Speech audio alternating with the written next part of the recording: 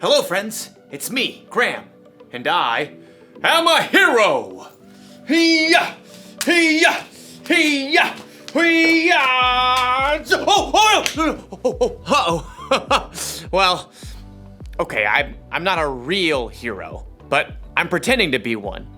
It's fun to be a hero because heroes have integrity. Integrity is choosing to be truthful in whatever you say and do. And heroes, above everything else, are truthful. Of course, it's also fun to pretend to be the villain. Now you will know the power of the bucket. For I, Buckethead, am your second cousin once removed. No, that's impossible! We look nothing alike! Would I lie to you? Yeah, probably. You're right, I probably would.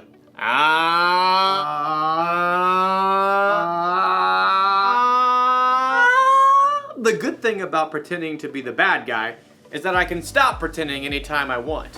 But as you'll see in today's story, when you cheat and lie in real life, it's a little harder to take your mask off. It's really hard to breathe in here. I'll see you all back here soon.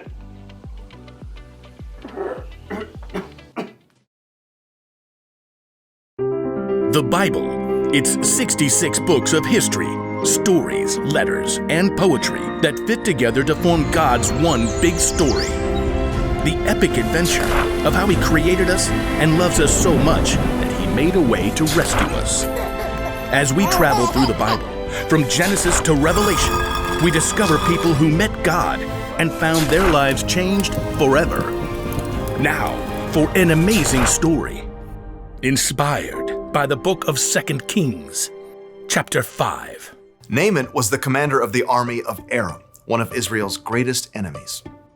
Forward march! Though Naaman was a wealthy man, he had one problem that no doctor could solve. He had a terrible skin disease. Make it go away. Then Naaman heard news of a prophet in Israel, Elisha, who might be able to help. But instead of going straight to Elisha, Naaman took rich gifts to the king of Israel, along with a letter from the king of his own land explaining how important he was. The king of Israel frowned as he read the letter from his enemy, the king of Aram. I am sending my servant Naaman to you with this letter. I want you to heal him of his skin disease. What? No! I'm not God. Your king is trying to pick a fight with me. But I just Not want... listening. La, la, la, la, la. The king of Israel made such a fuss that Elisha heard the news and sent a messenger. It was probably his trusted servant, Gehazi. I'm a good guy. Trust me. Gehazi took Elisha's message to the king. Elisha says tell the man to come to me. Gehazi raced back home to help Elisha prepare for the important visitor. And sure enough, the king of Israel sent Naaman straight to their doorstep. Gehazi peeked out the window. Look how low the chariot is riding. What's in the back? Embroidered robes and bags of something? Gehazi? Hurry up. You gotta look good for this guy. I'll get you your best robe. Nope. You're not wearing the robe? I'm not going out. Not going out? No, you are. My robe? What's wrong with your robe? It's old. It's not even a decent name brand like Melchizedek or Queen Jezebel. Elisha sent his servant out the door with a message for Naaman. Are you the prophet? No. But let me just say that is one excellent chariot. I see you got the golden hubcap. Where's Elisha? He says, go, wash yourself in the Jordan River 7 times. Then your skin will be healed. You will be pure and clean again. I thought Elisha would come out himself. I know, right? Look, can't he just say some words and wave his hand and, make me better? That's what I was thinking too. And the Jordan River? I mean, it's full of muck and tadpoles and... forget it. Naaman tore off, angry, but his servants convinced him to follow Elisha's instructions. Naaman dipped 7 times in the murky Jordan River, and when he rose from the water on his 7th time... What? His skin was perfectly clean. He was healed. Unbelievable. Naaman raced back to Elisha's home. This time, the prophet came outside along with Gehazi. Naaman marveled at his unmarked arms and hands. Now I know that there is no God anywhere except in Israel. Please take a gift from me. Gehazi inched closer to the chariot. He could see the richly colored robes hanging over the bags of gold and silver. Is that a genuine Melchizedek robe? Uh-huh, the real deal. Just have your servants unload around back and I'll... Nope. I serve the Lord. You can be sure that he lives. And you can be just as sure that I won't accept a gift from you. What? Please, I'm begging you. He's begging you, Elisha. But Elisha still refused to take a single coin from Naaman and send him away in peace. Elisha went back inside, leaving Gehazi speechless on the doorstep. What? No. Seriously? Gehazi could still see the dust kicked up by the horse's hooves. Elijah should have taken something. If he didn't want it, he could have just given it to me. With that, Gehazi took off running down the road. His arms pumped and his sandals flapped as he crested the hill and came up alongside the chariot. Naaman pulled it to a halt. Is everything all right? It's fine. My master sent me to say that two young prophets have come to visit. Yeah, that's it. Please give them 75 pounds of silver and 2 sets of clothes. Oh, of course. Take twice as much. Naaman's servants carried the heavy bags of silver and clothing back up the road. But as they approached Elisha's house... Hey, thanks. I got it from here. Straining beneath the weight of his heavy load, Gehazi snuck inside and stashed the clothing and silver in his room. Then he hurried back out and strolled through the front door.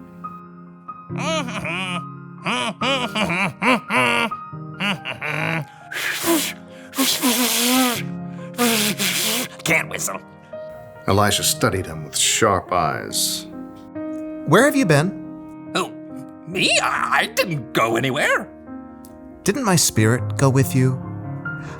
I know Naaman greeted you. I know you took money and clothes. I was just being nice to the horses, making their load lighter. You and your family after you will have Naaman's skin disease. But then I can't wear my new robes. Sure enough, Gehazi's skin was soon covered with sores, just like Naaman's was. Gehazi's lie had won him some new clothes, but it had cost him Elisha's trust and a full and healthy life.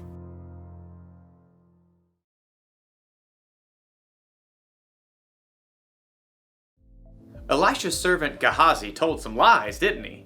He lied to himself, saying he needed more stuff than he already had.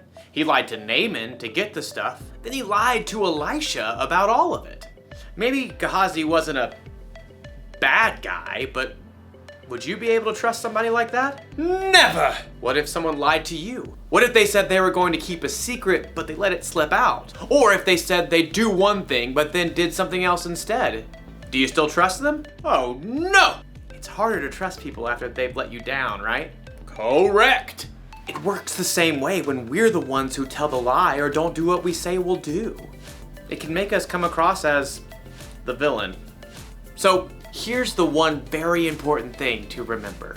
When you're not truthful, you lose trust. When you are truthful, you're the hero!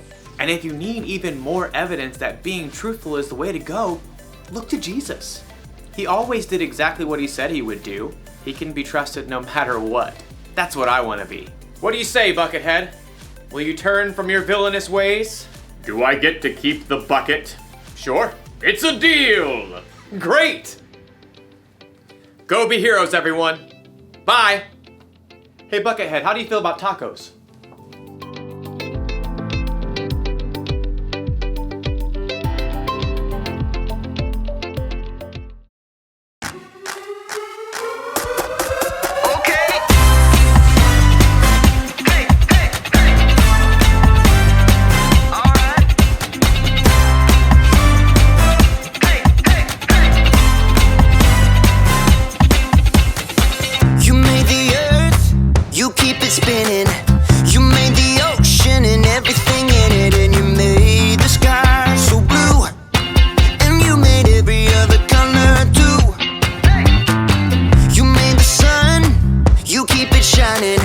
You put the moon up in the midnight sky, and everything around me created by you only.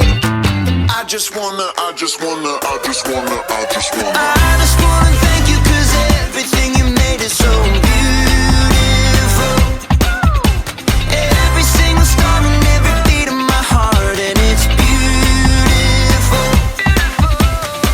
You made my feet, you made my hands, you made me sing and you made me dance, 'cause your love is all around me, and your love is so astounding. I just wanna I just wanna thank you, 'cause everything you made is so beautiful. Every single star and every beat of my heart, and it's beautiful. Here we go, break it down now. Everything you created with your imagination is wonderful and good. Wonderful and good. You're my inspiration beyond all explanation. You're wonderful and good. You're wonderful and good. Everything you created with your imagination is wonderful and good. Wonderful and good.